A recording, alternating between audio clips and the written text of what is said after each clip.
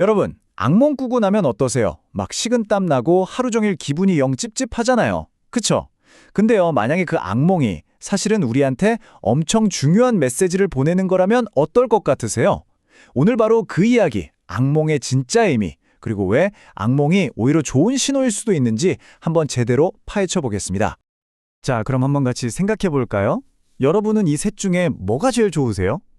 첫째, 기분 좋은 길몽 꾸는 거. 둘째, 완전 찝찝한 악몽. 그리고 셋째, 아예 아무 꿈도 안 꾸고 그냥 푹 자는 거.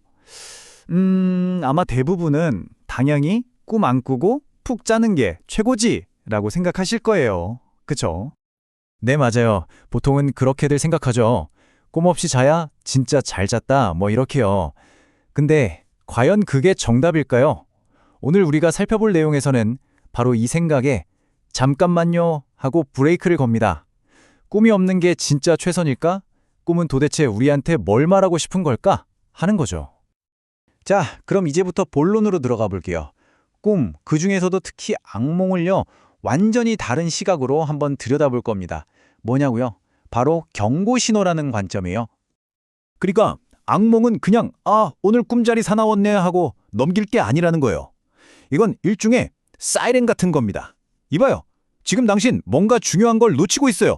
정신 차려요. 하는 아주 강력한 경고 신호라는 거죠. 절대 그냥 넘기면 안 되는 거예요. 핵심은 바로 이겁니다. 우리가 당연히 해야 할 일을 안 하고 있거나 아니면 앞으로 닥칠 일에 대한 준비를 놓치고 있을 때 바로 그때 악몽이라는 형태로 삐삐 하고 알람이 울리는 거예요. 우리 인생의 비상경보 시스템이라고나 할까요? 아니, 그럼 이 중요한 경고는 도대체 누가 보내는 걸까요? 바로 우리를 가장 아끼는 존재들, 그러니까 우리의 조상님들이나 우리를 지켜주는 수호신들이 꿈이라는 통로를 통해서 메시지를 보내주시는 거라고 합니다. 이게 진짜 중요한 포인트인데요. 만약 우리가 이 꿈의 경고를 그냥 꿈인데 뭐 하고 무시해버리잖아요?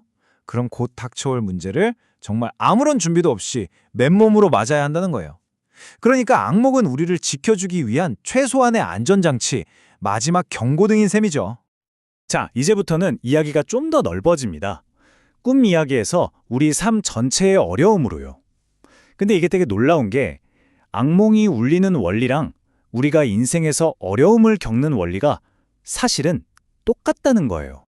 우리가 살면서 겪는 온갖 힘든 일들 있잖아요. 그게 누가 우리를 벌 주려고 생기는 게 아니라는 겁니다. 오히려 어이, 너 지금 길 잘못 들었어. 그쪽 아니야. 하고 알려주는 일종의 신호등 같은 거라는 거죠. 방향을 바꾸라는 사인이에요. 이 표를 한번 보세요. 차이가 확 느껴지시죠? 보통 우리 어때요? 무슨 일만 생기면 남편 때문에 이 사회가 문제야. 나라가 왜 이 모양이야? 이렇게 남 탓, 환경 탓부터 하잖아요. 그런데 이 관점은 완전히 정반대예요. 화살을 밖이 아니라 안으로, 바로 나 자신에게로 돌리는 거죠. 이건 내 이해가 부족해서구나. 내가 아직 적응을 못해서 힘든 거구나. 이렇게요. 모든 문제를 내가 성장할 수 있는 기회로 삼는 거예요. 그러니까 이런 말이에요. 지금 벌어진 문제의 진짜 원인은 남편이 잘못해서가 아니라 내가 그 상황을 제대로 다루지 못해서, 즉, 내 실력이 부족해서 내가 어려운 거라는 거죠.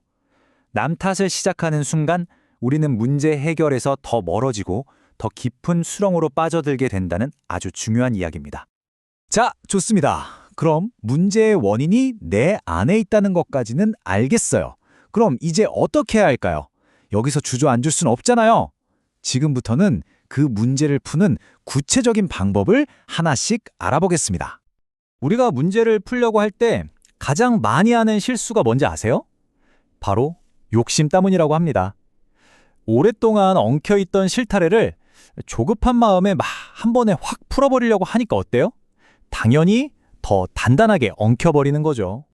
그럼 이 엉망으로 꼬인 실타래 대체 어떻게 풀어야 할까요? 가장 먼저 해야 할 일은 욕심을 버리는 겁니다. 이거 한 방에 다 해결해야지 하는 마음부터 내려놓는 거예요. 그리고요, 제일 작고 만만해 보이는 매듭 딱 하나만 찾아서 그것부터 푸는 겁니다. 그러려면 먼저 내가 이걸 풀 실력이 안 되는구나 하고 솔직하게 인정해야 하고요. 그리고 마지막으로 이걸 어떻게 풀지 배우고 생각하는 진짜 공부를 시작하는 거죠. 그리고 여기서 정말 희망적인 이야기가 나와요. 내가 진짜 진심으로 노력하고 바르게 배우려는 자세만 갖추면요. 하늘이, 보이지 않는 힘이 나를 도와주고 보호해준다는 거예요. 진심으로 애쓰는 사람은 절대 그냥 내버려두지 않는다는 거죠. 자, 지금까지 문제의 원인이 뭐고 어떻게 풀어야 하는지까지 알아봤습니다. 그럼 이제 마지막으로 이 모든 걸 하나로 꿰뚫는 가장 근본적인 원리, 궁극적인 해답에 대해서 이야기해 보겠습니다. 여기서는 그 궁극적인 원리를 딱 한 글자로 법이라고 표현합니다. 근데 이건 뭐 민법, 형법 할 때 그런 법이 아니에요. 이건요, 해가 동쪽에서 뜨고 서쪽으로 지는 것처럼, 사과가 나무에서 떨어지는 것처럼 절대 변하지 않는 자연의 이치, 이 세상이 돌아가는 근본적인 진리를 말하는 겁니다. 이 비교를 보면 그 차이가 정말 극명하게 드러나죠. 보세요. 금이나 돈 같은 재물 앞에는 그걸 어떻게든 뺏어가려는 사람들이 꼬여서 결국엔 싸움이 나잖아요. 하지만 법, 즉 진리 앞에는 그걸 함께 배우려는 사람들이 모여들어서 화합이 이루어진다는 거예요. 한쪽은 분열을, 다른 한쪽은 통합을 만드는 거죠. 정말 하늘과 땅 차이 아닌가요? 그러니까 결국 우리가 이 진리를 깨닫고 또 그걸 다른 사람들과 함께 나누는 그 과정 속에서야 비로소 진정한 내 사람들을 만나고 지긋지긋한 외로움에서 벗어날 수 있다는 겁니다. 이게 바로 우리가 찾아야 할 최종적인 해답이라는 거죠.